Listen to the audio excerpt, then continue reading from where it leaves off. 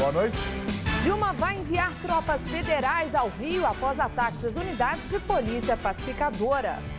A oposição se reúne na terça para avançar na criação da CPI da Petrobras. Fortes chuvas derrubaram mais de 600 árvores em São Paulo neste ano. Muitas estavam mortas e não haviam sido removidas pela prefeitura. Justiça Paulista cria departamento para agilizar casos de detidos em protestos e grandes manifestações. A alteração no Estatuto da Criança e do Adolescente pretende garantir o direito de filhos conviverem mais tempo com pais e mães presos.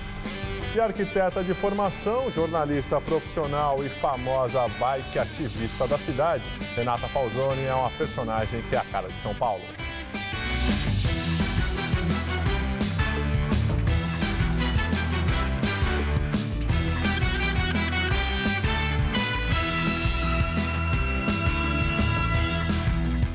Uma alteração no Estatuto da Criança e do Adolescente pretende regulamentar o direito dos filhos de terem um mínimo de convivência com pais e mães presos. O texto da lei, que ainda depende de aprovação da presidente Dilma Rousseff, deve facilitar a visita dos menores aos presídios, entre outros benefícios.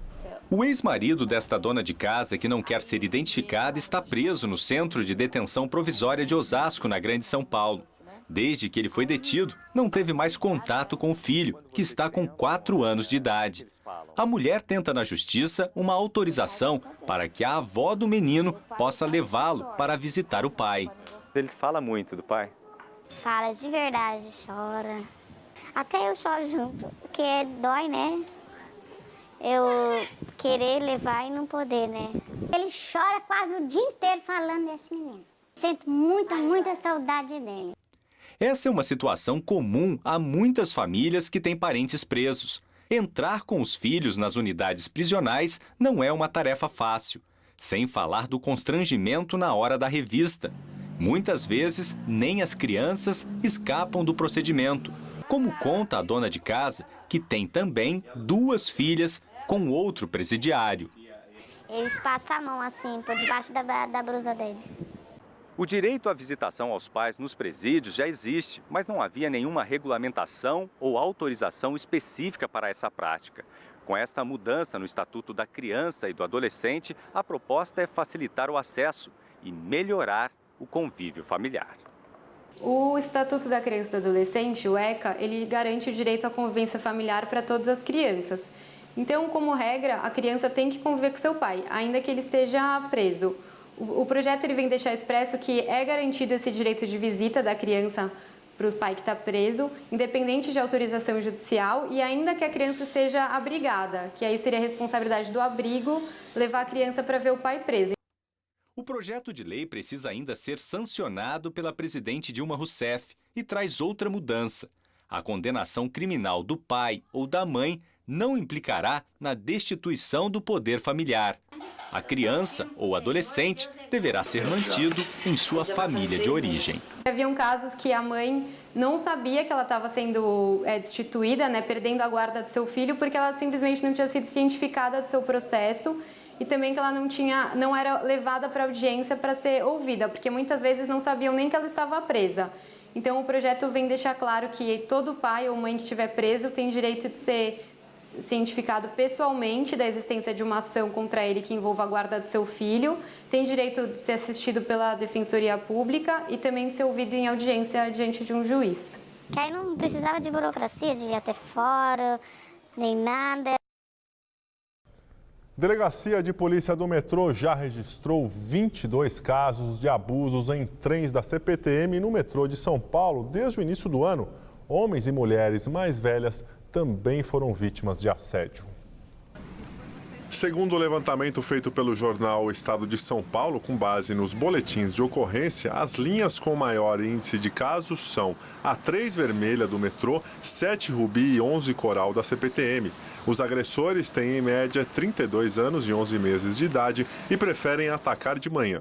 Os registros indicam também que metade dos abusos aconteceu dentro das composições. Segundo o Delpom, os molestadores agem com frequência nos horários de pico, que é quando as estações e os trens ficam superlotados. Ontem, mais 2 casos de assédio sexual foram registrados e um terceiro homem foi detido por praticar ato obsceno num banheiro do metrô. E hoje a presidente Dilma Rousseff lamentou no Twitter os casos de assédio contra mulheres no transporte público. Ela afirmou que esse tipo de ação envergonha a sociedade. Nos tweets, Dilma pediu que as mulheres não se intimidem, denunciem os casos e que as polícias não se omitam diante desses crimes. A arquiteta de formação, ela ficou conhecida pelas reportagens que faz com sua bicicleta pelas ruas de São Paulo. Vídeo repórter de aventura, cicloativista, mãe, avó, Renata Falzoni é uma personagem que é a cara de São Paulo.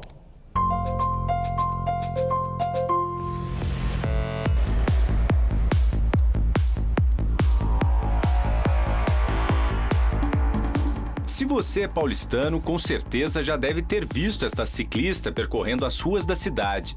Cansou? Contra o vento. Pedaladas firmes e lá vai a incansável Renata Falzoni fazendo o que mais gosta. Para ela, a bike é muito mais do que um simples meio de transporte. A bicicleta, ela, conforme eu sempre digo, ela é uma ferramenta que tem um efeito colateral que é você resgatar a tua escala humana.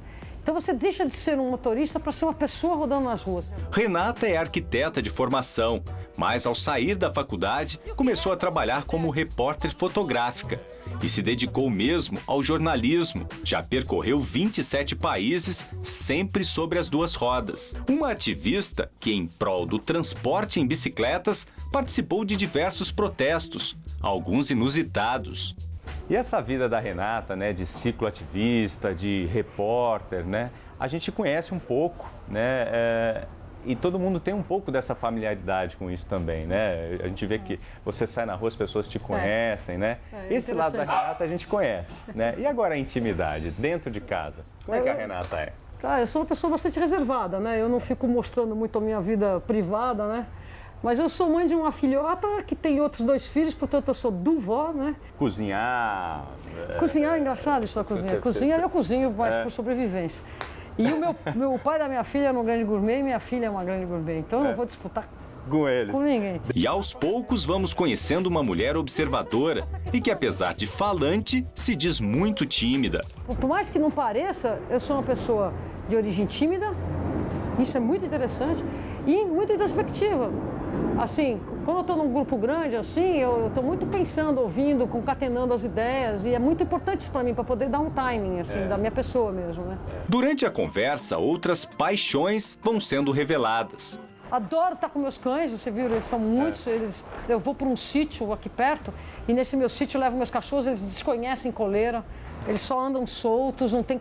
Você imagina um sítio que não tem cerca, passa carro, não tem drama. E Renata elege o cinema como seu lazer preferido. Eu gosto de filme, inclusive documentários e tudo. Então, assim, os canais de televisão de cinema, eu estou sempre vendo, dando uma vasculhada. E agora tem a questão da internet, né? Os online. Eu assisto muito filme. E a gente pediu licença para Renata para entrar aqui na casa dela. E é claro, né? Onde a gente olha, a gente vê a bicicleta. Tem bicicleta em cima, aqui do lado do guarda-roupa. E quando não tem, né, a bicicleta, a gente vê um quadro como esse aí, mostrando essa paixão que ela tem pela bike. O único canto da casa sem bicicletas é onde Renata dorme. E para chegar ao quarto precisa subir uma escada dessas de construção. Mas na hora de descer... E depois para descer eu desço aqui, ó. Aqui, ó, que é mais rápido. E Renata Falzoni é assim, aos 60 anos, cheia de saúde, energia e, muito claro, graças à bike.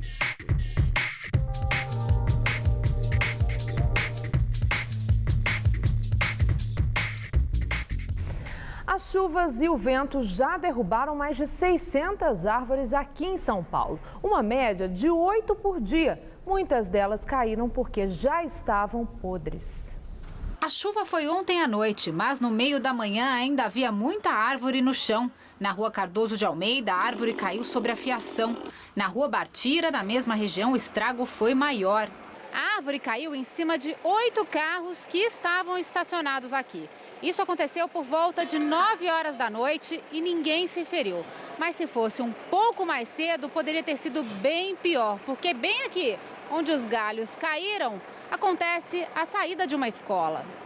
Por sorte, a unidade do Colégio Pentágono, que recebe crianças de 2 a 6 anos, já estava fechada. Mesmo assim, o susto foi grande. Poderia cair em cima das crianças aqui, em cima de pedestres, né? E até em cima do colégio, dependendo do ângulo que ela caísse, né? Outras árvores aí estão ameaçando cair, como todo dia tem caído, por cada chuva que acontece, cai uma árvore na região aí, né? A árvore que caiu pela metade estava visivelmente oca. Convidamos o paisagista, professor da Faculdade de Arquitetura e Urbanismo da USP, para analisar a árvore. Paulo Pellegrino confirmou que havia uma infestação de cupins. Se fosse no início do processo de infestação, ela poderia até ter sido tratada com algum produto específico para o controle da praga, mas não quando chega nesse nível de comprometimento do cerne do tronco. Só este ano já caíram 644 árvores na cidade de São Paulo, uma média de 8 árvores por dia. Quem mora próximo a árvores com problema, como esta aqui em uma rua do Itaim Bibi, reclama da demora da prefeitura em atender, diagnosticar e, eventualmente, fazer a remoção. Fala com a prefeitura diz que tem rede elétrica no meio da Eletropaulo. Fala com a Eletropaulo diz que não pode podar porque é a ordem da prefeitura. Então, faz mais ou menos uns 6, 7 anos que nós estamos nessa luta. Os vizinhos colecionam protocolos para a remoção da árvore que está torta e ameaça uma das casas. Ela também tem sinais de que está infestada de cupins. A minha preocupação é que ela caia com alguma tempestade ou ventania. Não posso arrumar nem a calçada, porque se eu arrumo a calçada, eu penso que a árvore vai cair, vai destruir tudo de novo. Em todo o ano passado, 1.880 árvores caíram na cidade, média de 5 por dia. A Secretaria de Subprefeituras diz que fez mais de 100 mil podas e 17 mil remoções. Além das pragas como cupins, muitas árvores da cidade sofrem com a base do tronco e raízes encobertas de concreto e podas mal feitas que acabam enfraquecendo as plantas. Se nós não temos esse aparato técnico e de pessoal para acompanhar o ciclo de vida das árvores, desde o seu início até o fim, você corre o risco de ter aquilo que seria uma vantagem para a cidade, uma coisa que só traz benefícios, se transformar num estorvo e num risco, como são as árvores urbanas aqui em São Paulo. Apesar do tempo bastante abafado, a semana termina com muita chuva no Rio de Janeiro. Aqui em São Paulo, o calor também provocou chuva agora à tarde, mas de forma pontual. E agora à noite, uma frente fria avança pelo estado e traz mais chuva aqui para a Grande São Paulo. Vamos ver como fica o tempo neste fim de semana no Brasil e em todo o estado de São Paulo com Mariana Armentano. O tempo fechado derruba as temperaturas aqui em São Paulo nesse primeiro fim de semana de outono. Uma frente fria provoca chuva a qualquer hora do dia, desde o Mato Grosso do Sul, passando por São Paulo, Rio de Janeiro e centro-sul de Minas Gerais. Nessas áreas, chove várias vezes ao longo do dia e as temperaturas ficam mais amenas. No sul do Brasil, também pode fazer friozinho por causa do avanço de uma massa de ar polar. Há risco, inclusive, de geada na região serrana. Já no norte do país, a zona de convergência intertropical associada a áreas de instabilidade espalha uma faixa de nuvens carregadas, desde o Ceará, Maranhão até Rondônia e Acre. O dia será bem quente, com máxima de 31 graus em Salvador e em Recife. Já em Porto Alegre, o dia amanhece com temperaturas na casa dos 14 graus e não passa dos 22 durante a tarde. Aqui em São Paulo, as temperaturas também vão cair nesse fim de semana. Amanhã chove desde cedo no sul e no leste do estado. No centro-norte paulista, o dia terá períodos de sol intercalados com chuvas. A máxima vai aos 30 graus em São José do Rio Preto e também em Ribeirão Preto. No litoral, a máxima não ultrapassa os 28 graus durante o dia e o dia será bem chuvoso, assim como aqui na Grande São Paulo, onde chega até a fazer friozinho. Nessa madrugada, mínima de 18 e máxima amanhã de 25 graus. No domingo, prepare o cobertor. O dia será de mais frio e tempo fechado, máxima de apenas 22. E na segunda-feira, o sol aparece um pouquinho, mas a máxima não passa dos 23 graus. Eu volto daqui a pouco no Jornal da Gazeta, edição das 10. Até lá! Um ônibus foi incendiado hoje cedo na zona sul de São Paulo. O ato teria sido uma represália à morte de um bandido durante um tiroteio com a polícia. Só este ano, 66 coletivos foram queimados ou depredados em toda a Grande São Paulo. O ônibus intermunicipal da empresa Miracatiba seguia para Itapecerica da Serra e foi parado na Avenida Mboimirim, no Jardim Capela, na região do Jardim Ângela, já no extremo sul da capital. Passageiros que estavam no ônibus contam que um grupo formado por adolescentes invadiu o veículo e espalhou gasolina pelos bancos e ateou fogo. Os passageiros conseguiram descer e ninguém ficou ferido. Invadiram o ônibus, né? Forçaram a porta, o ônibus estava aberto, estava parado o ônibus. Esforçaram, já mandando descer já com um litro de gasolina na mão. E quando foi descendo, já foi espalhando gasolina e tocando fogo.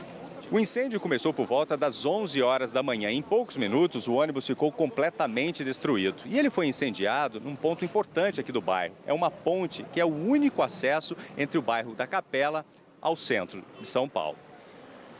O gerente da empresa diz que esta não é a primeira vez que os ônibus são alvo dos criminosos. Já tivemos atentado no começo do ano, já perdemos 2 ônibus, vários ônibus depedrados e hoje começou novamente esse atentado a ônibus. A avenida ficou interditada. O corpo de bombeiros foi chamado para apagar as chamas. Depois de 1 hora, o trecho foi liberado para carros e pedestres. Muitos tiveram que seguir o trajeto a pé, numa volta tumultuada para casa. Estava no ônibus, mandaram todo mundo descer, que o ônibus não ia passar. Eu desci, vim andando a pé e estava pegando fogo, estava um incêndio. O prefeito Fernando Haddad anunciou hoje a data e o valor do novo bilhete único semanal.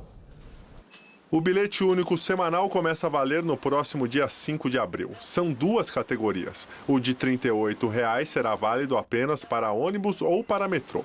Já o de R$ 60,00 poderá ser usado em ambos. Segundo a Prefeitura, o bilhete é vantajoso para quem faz mais de 13 viagens na semana e fica ativo por 7 dias a partir da primeira utilização.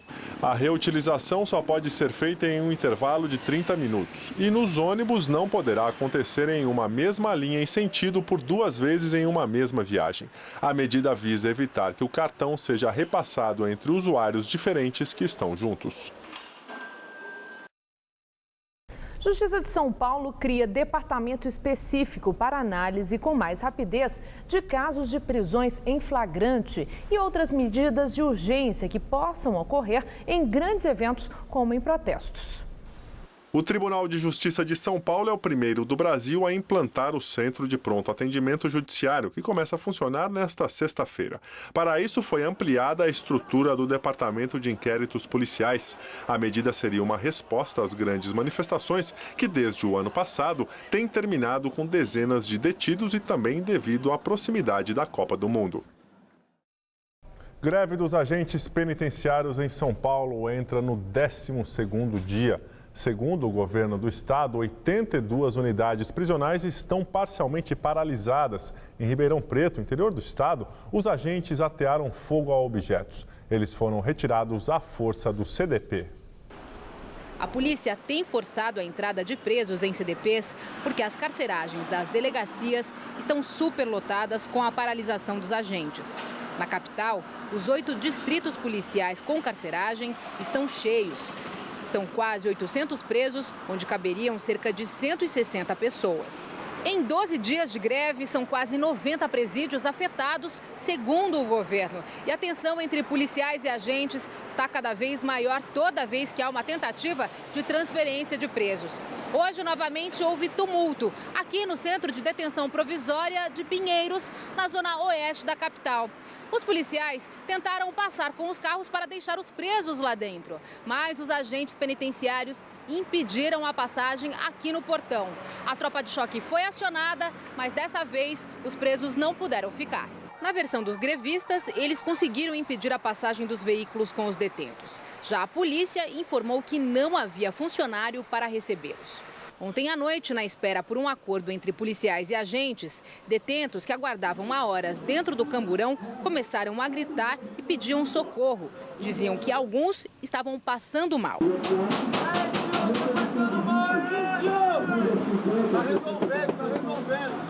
Assim que a Assembleia da categoria definiu pela continuidade da paralisação, a transferência desses detentos foi concluída. Os agentes reivindicam redução de classes de carreira, entre outros benefícios. Em nota, a Secretaria de Administração Penitenciária diz que o governo do estado mantém a disposição de negociar com as entidades que representam os agentes penitenciários e afirma também que espera a responsabilidade dos líderes do movimento na manutenção dos serviços essenciais determinados por lei. Crise na Ucrânia. Presidente russo Vladimir Putin assina lei que conclui a anexação da Crimeia ao país. A decisão desafia a comunidade internacional que considera a anexação ilegítima por violar a soberania nacional. A União Europeia também avançou algumas casas no jogo de influências ao assinar acordo de associação política com a Ucrânia e garantir auxílio econômico no valor de 11 bilhões de dólares. Esta iniciativa havia sido apresentada em novembro ao ex-presidente Viktor Yanukovych. A recusa deu início à onda de protestos no país. Os líderes do bloco europeu também decidiram acelerar o processo de diminuição da dependência das fontes de energia russas. Cerca de 30% do gás que abastece o continente vem de lá. Por outro lado, mais da metade da receita do governo Putin é fruto da venda de gás e petróleo. E caso suspenda as transações, poderá enfrentar uma forte crise econômica. Morre aos 86 anos o ator, compositor e comediante Canarinho. Ele estava internado em Mogi das Cruzes desde domingo, quando teve um infarto. O corpo vai ser cremado. Aloísio Ferreira Gomes, o Canarinho, nasceu em Salvador, na Bahia. Perdeu o pai e a mãe quando tinha 12 anos. Desde pequeno gostava de música e arte. Tocava violão e cavaquinho. Aos 17 anos resolveu ser artista. Fez sucesso cantando em casas noturnas do Rio de Janeiro. Chamam Clarice, mas meu nome é Cláudio. Que amor. Chegou a São Paulo em 1955 e no ano seguinte começou a fazer a Praça da Alegria, de Manuel de Nóbrega, de quem se tornou um grande amigo. Canarinho participou de diversos programas humorísticos, também era diretor e redator de programas, fez novelas e filmes e participou da primeira versão do Sítio do Pica-Pau Amarelo da Rede Globo na década de 70, vivendo o personagem Garnizé. Em 1987, começou a fazer o humorístico A Praça é Nossa no SBT. Eu sou o Clodovil, bem. Canarinho era casado com Rosa Mello, com quem tem um filho, além de outros 3 do primeiro casamento. E agora vamos ao comentário de cultura com César Job. Novidades interessantes no Circuito de Artes Visuais em São Paulo, que se prepara para receber a SP Arte no começo de abril. A marchande Raquel Arnaud comemora seus 40 anos de atividades com 2 exposições que revisitam sua carreira através das obras dos artistas que ela apresentou. Uma já em cartaz institucional com o título Afinidades, que ocupa 4 salas do Instituto Tomiotaki. E outra comercial, chamada Trajetórias, em sua galeria na Vila Madalena e que só abre no dia 1º. Nas duas, os mesmos artistas que hoje transitam no Olimpo da nossa arte. Lígia Clark, Lígia Pape, Tunga, Valtércio Caldas, Iole de Freitas, Willis de Castro, Sérgio Camargo, Amílcar de Castro, Mira Schendel, entre outros. Sem falar no argentino Leon Ferrari e nos venezuelanos Cruz Dias e Jesus Soto. O time é de primeira, aqui e no circuito internacional. E a exposição também, ainda mais com a curadoria da própria Raquel e montagem de Felipe Crescente. Arthur Barri, o artista plástico luso-brasileiro que adora desafiar todos os conceitos de arte estabelecidos, abriu mostra ontem à noite na Galeria Milan, na Vila Madalena. Chamada de Em Algum Ponto da Terra, a exposição é uma imensa instalação. E grande parte dela foi feita na galeria, que Barri transformou no último mês num grande ateliê. Em torno deste tema e da visão de uma paisagem recorrente, ele usou seu repertório de ações artísticas para encher o espaço de sua presença e de questionamentos. A mostra é, em certo sentido, institucional, já que não há como comercializá-la. Isso será discutido depois, já que a preocupação do artista parece não ser essa. Por isso mesmo, Barrio é sempre interessante.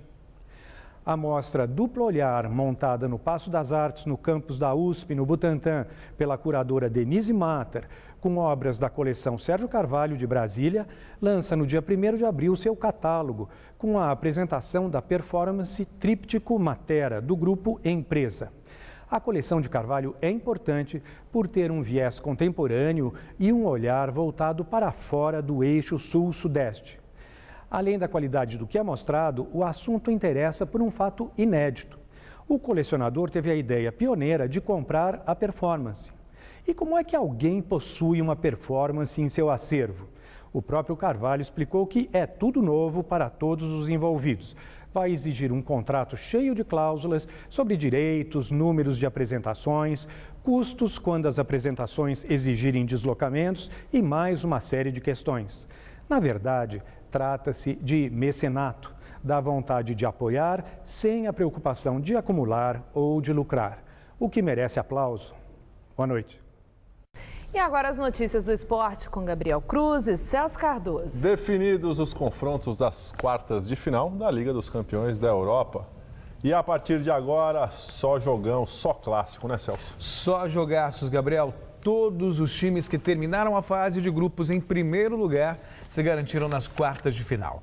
Portanto, a briga entre cachorros grandes. O sorteio aconteceu hoje na Suíça. Veja os confrontos. O Barcelona fará o clássico espanhol contra o Atlético de Madrid. Já o Real, de Carlo Ancelotti, tentará se vingar da eliminação na temporada passada contra o Borussia Dortmund. O Paris Saint-Germain encara o Chelsea, de José Mourinho. E, por fim, o atual campeão Bayern de Munique mede forças com o Manchester United. Libertadores da América, o Atlético Paranaense também nesta semana foi o melhor brasileiro da rodada. Há 2 semanas as coisas não vão bem para os times brasileiros no torneio continental. O Atlético Paranaense foi contundente ao golear o Universitário do Peru em Curitiba. Já o Cruzeiro decepcionou jogando em Belo Horizonte. No Mineirão, o Cruzeiro saiu na frente do Defensor do Uruguai com este golaço de falta de Everton Ribeiro. A vantagem da equipe celeste ficou ainda maior depois que Júlio Batista acertou um belo chute no cantinho do goleiro Campanha. Só que o time uruguaio foi valente e buscou a igualdade. G2 diminuiu para os visitantes. E Gutierrez, aproveitando o rebote de Fábio, decretou o empate em Belo Horizonte. Final, Cruzeiro 2, Defensor do Uruguai também 2. Na Vila Capanema, Bruno Mendes recebeu na frente e fez o primeiro do Atlético Paranaense sobre o Universitário do Peru. Já na etapa complementar, Felipe bateu bonito para anotar o segundo do Furacão. O terceiro gol dos donos da casa veio depois dessa falha do goleiro Carvalho. O arqueiro entregou a bola nos pés de Ederson, que não perdoou. Final, Atlético Paranaense 3, Universitário do Peru 0. Já pela Copa do Brasil, o Horizonte se transformou na primeira grande zebra do torneio. O time cearense surpreendeu o Fluminense ao vencer o primeiro jogo por 2 gols de diferença. O Horizonte pode até perder a partida da volta por um gol, que ainda assim avança na Copa do Brasil. No outro jogo da noite, São Bernardo e Paraná ficaram no empate. Veja os gols. Em São Bernardo, o Paraná saiu na frente da equipe da casa com Giancarlo aos 39 do primeiro tempo. Só que ainda na etapa inicial, Marino tratou de empatar a partida. Final, São Bernardo 1, Paraná também 1. O Fluminense foi até o Ceará e tropeçou diante do modesto Horizonte. Dico abriu o placar para os nordestinos. Conca, aproveitando o passe de Walter, deixou tudo igual. No segundo tempo, Marcial bateu cruzado e colocou o Horizonte de novo na frente. Aos 45 minutos da etapa complementar, Já ainda achou uma brechinha para fazer o terceiro gol dos cearenses. Celso, falando de Campeonato Paulista, que nesse final de semana tem a última rodada dessa primeira fase com um clássico, né? Exatamente. Faltam 2 vagas. Botafogo, Penapolense, Ponte Preta, Santos, Palmeiras e São Paulo já estão classificados. E aí teremos o confronto entre Santos e Palmeiras decidindo quem termina em primeiro lugar nesta fase. E aí vai levar vantagem até o final do torneio. Até o final do torneio. Mesmo assim, o Santos não vai escalar força máxima, já pensando no confronto com a Ponte Preta na próxima fase. Na quarta-feira. Na quarta-feira. Se estivesse vivo, Ayrton Senna completaria hoje 54 anos. E em homenagem ao piloto brasileiro, um shopping da cidade de São Paulo montou uma exposição com artigos do tricampeão mundial de Fórmula 1, com destaque para o carro no qual Senna conquistou a primeira vitória na categoria.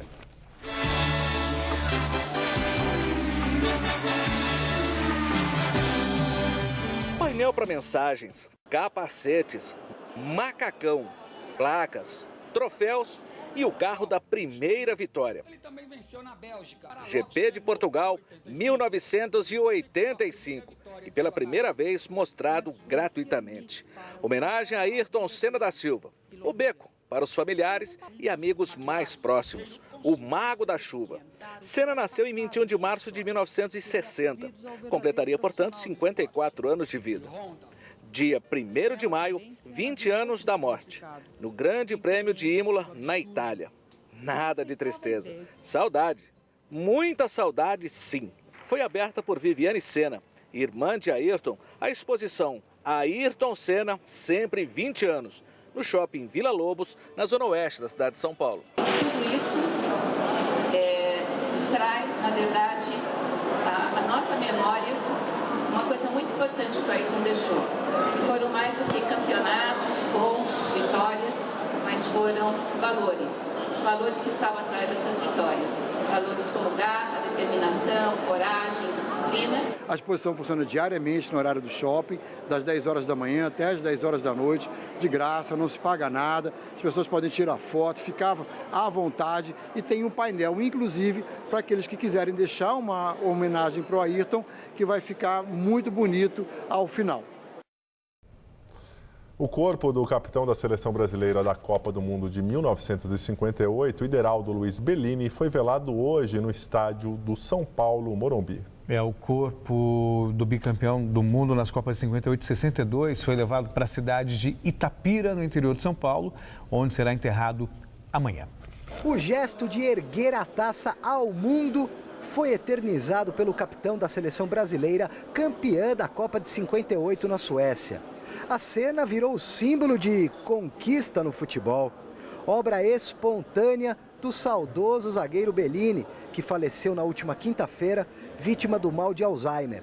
O corpo foi velado no Salão Nobre do estádio do Morumbi, onde ele atuou na década de 60 ao defender o São Paulo. Deixou uma grande marca no São Paulo.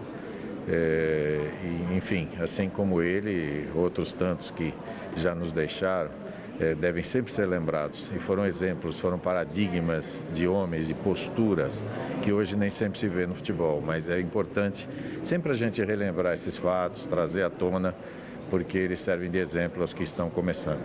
Jogador viril e homem digno de reputação irretocável, Ideraldo Luiz Bellini enche de orgulho parentes e amigos.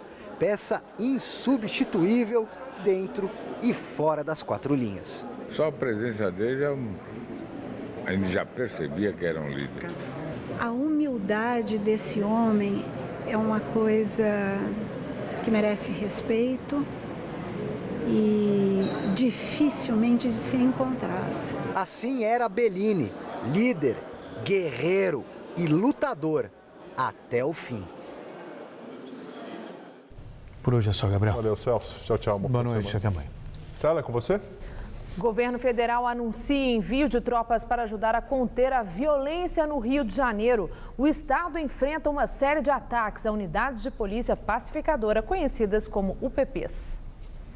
O ministro da Justiça, José Eduardo Cardoso, anunciou o envio das tropas hoje à tarde, após reunião com a presidente Dilma Rousseff. O encontro foi solicitado pelo governador do Rio de Janeiro, Sérgio Cabral, que pediu ajuda do governo federal para enfrentar a violência.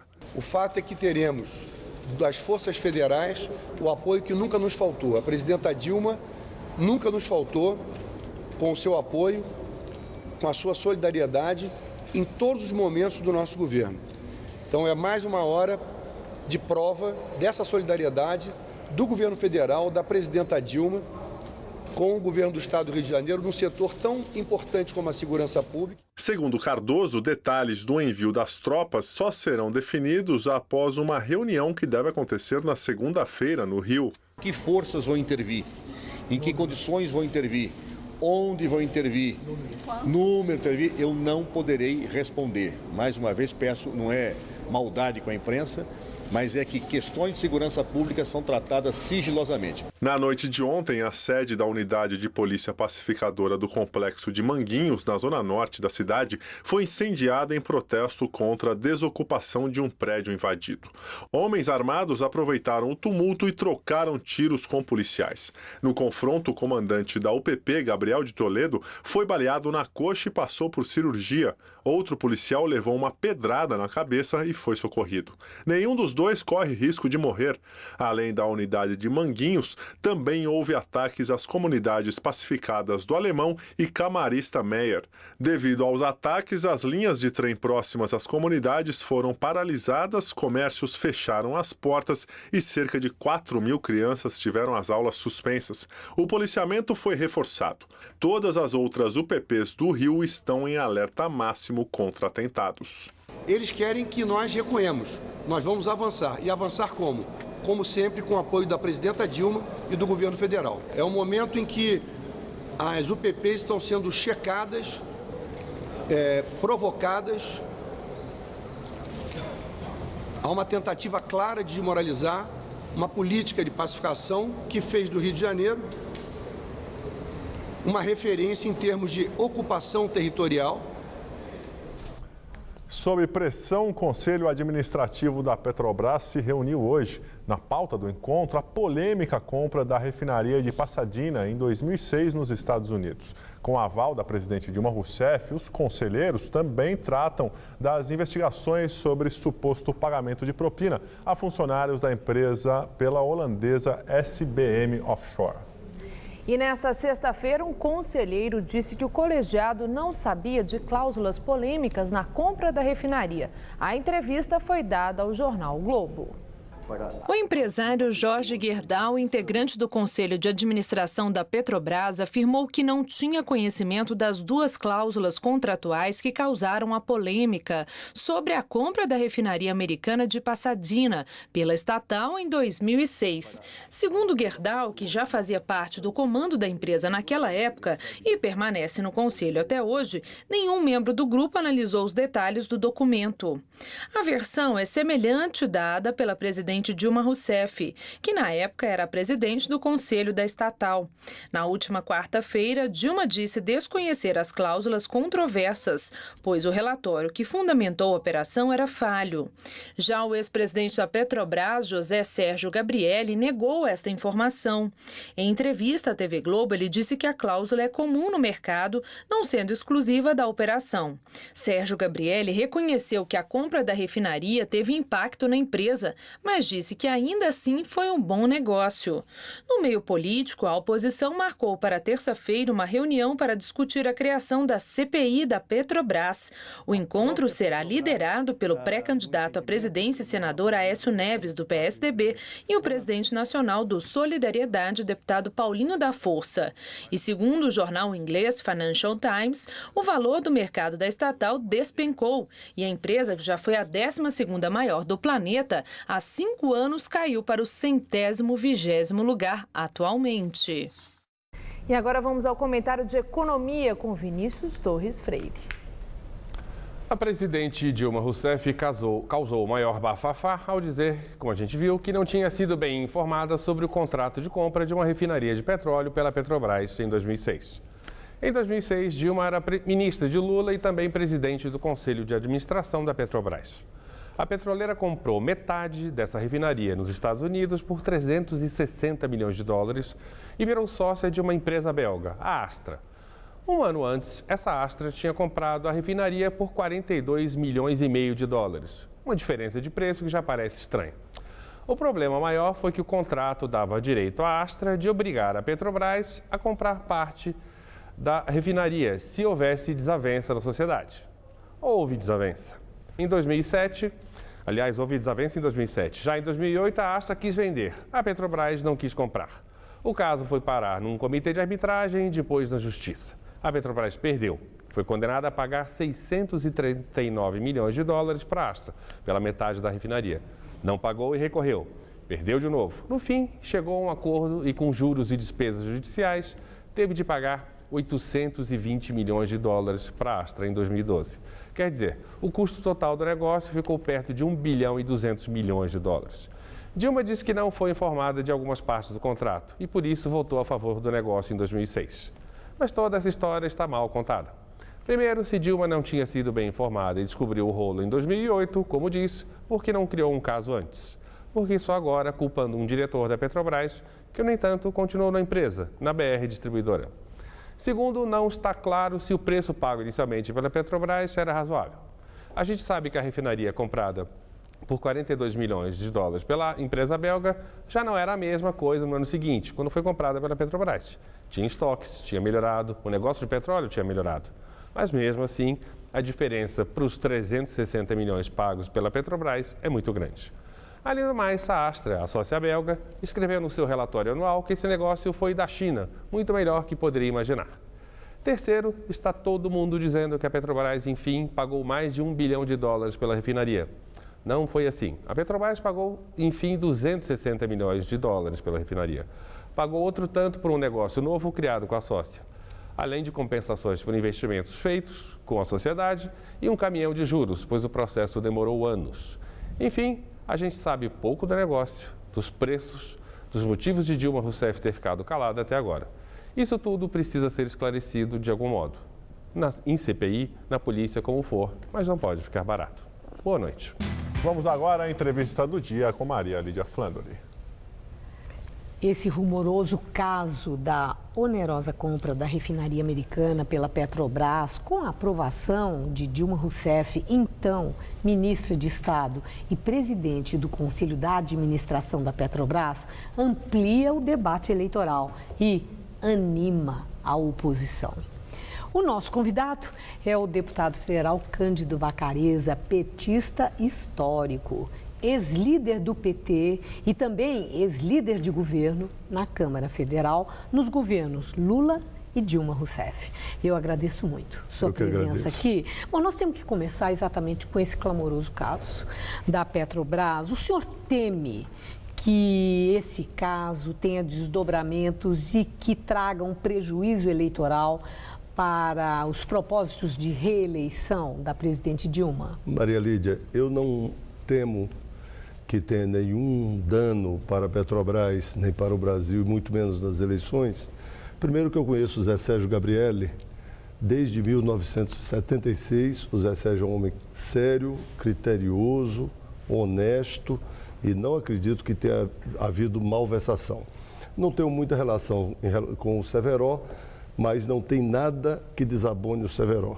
Neste caso, eu não sei as razões da presidente Dilma de fazer uma crítica agora, porque não conversei com ela, mas eu não acho que a Petrobras esteja em questão. Naquela mesma época, outras refinarias semelhantes a essa refinaria da Astra foram vendidas no mesmo preço e a Petrobras perdeu na justiça, pagou uma quantidade maior porque perdeu na justiça.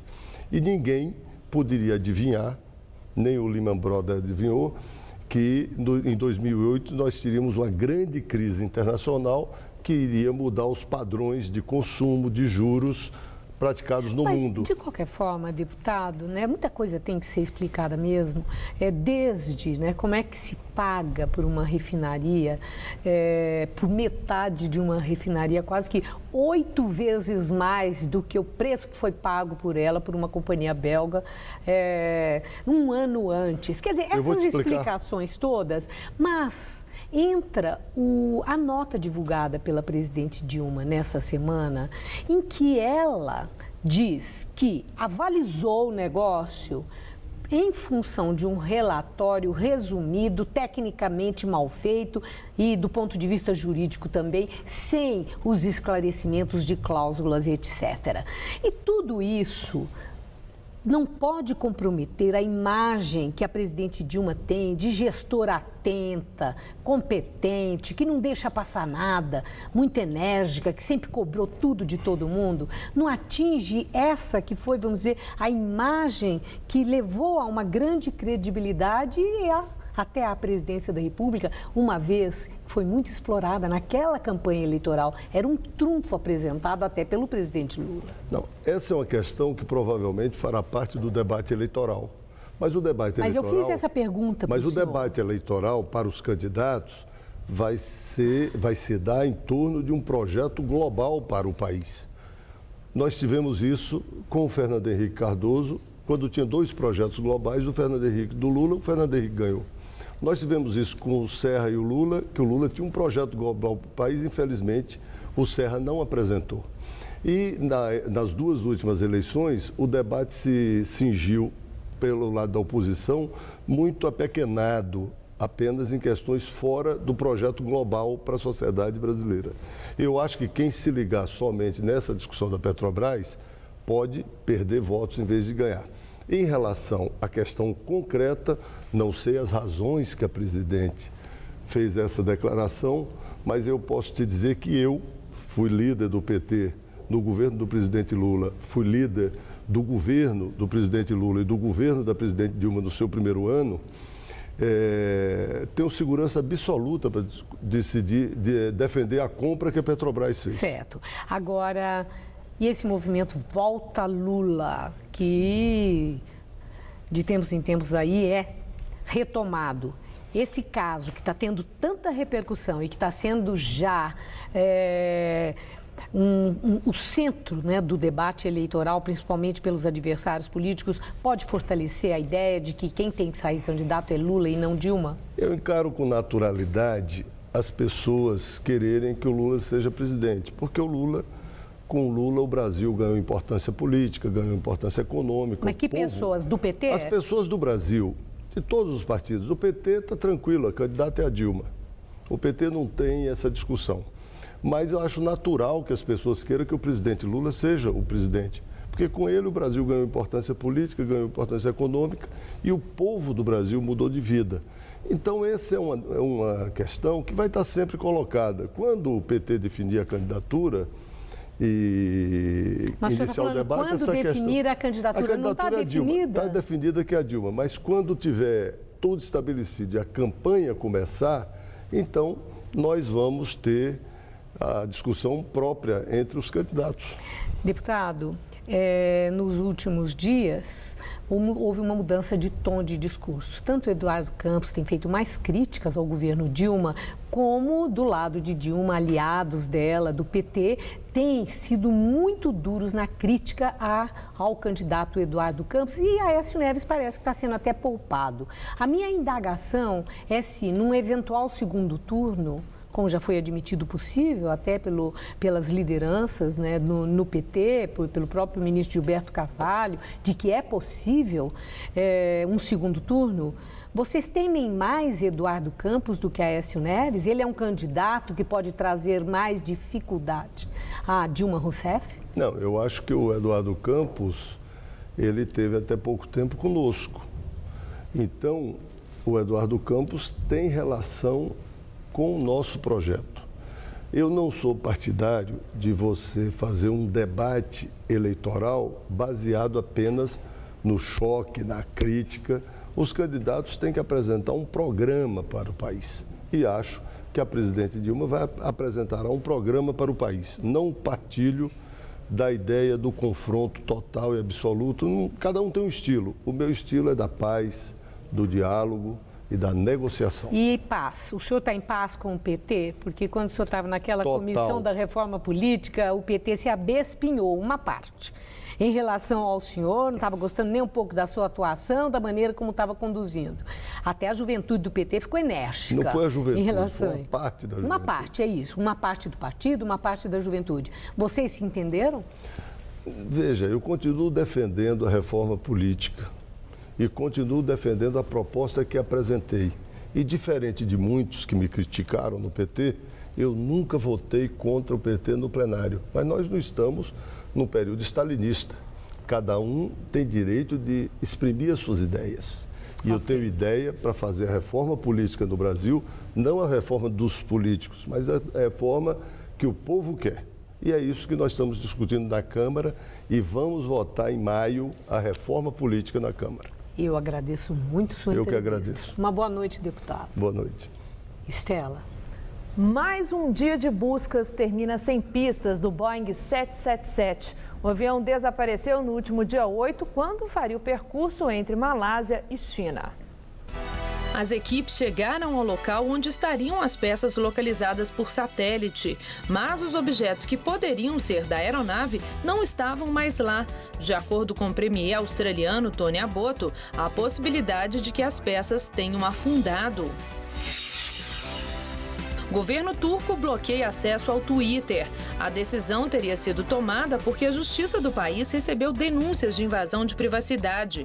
O presidente Abdullah Gül postou uma declaração em seu perfil na rede social repudiando a interrupção do serviço. A plataforma tem tido destaque no país por ser o principal meio de organização de protestos e divulgação de denúncias de corrupção contra o premier Tayyip Erdogan. O Tribunal Eleitoral da Tailândia anula as eleições parlamentares realizadas em fevereiro. De acordo com o órgão, a votação foi considerada inválida por não ter acontecido em uma única data. Agora, a Comissão Eleitoral deve estipular um novo dia para que as novas eleições sejam realizadas. O parlamento foi dissolvido no ano passado pela primeira-ministra Ingrid Shinawatra. E uma última notícia: o Conselho de Administração da BR Distribuidora, subsidiária da Petrobras, decidiu em reunião hoje exonerar o diretor financeiro Néstor Severo. Ele era da área internacional da Petrobras em 2006, quando a estatal comprou a refinaria de Pasadena, nos Estados Unidos. Na época da compra da refinaria, a presidente Dilma Rousseff era a presidente do Conselho da Petrobras e teria concordado com o negócio. Agora, Dilma justificou que só concordou porque se baseou em um parecer técnico falho. O documento teria sido elaborado pela diretoria internacional da Petrobras, na época comandada por Néstor Severo. O Jornal da Gazeta termina aqui. A edição de hoje pode ser vista daqui a pouco no site youtube.com/Jornal da Gazeta. Mais notícias no Jornal da Gazeta, edição das 10. Uma excelente noite para você e até lá. Nós voltaremos amanhã às 19 horas. Uma boa noite e um ótimo final de semana. Hoje, 10h30 da noite no Todo Seu, Zé Armando Vanucci traz uma matéria direto dos bastidores da TV.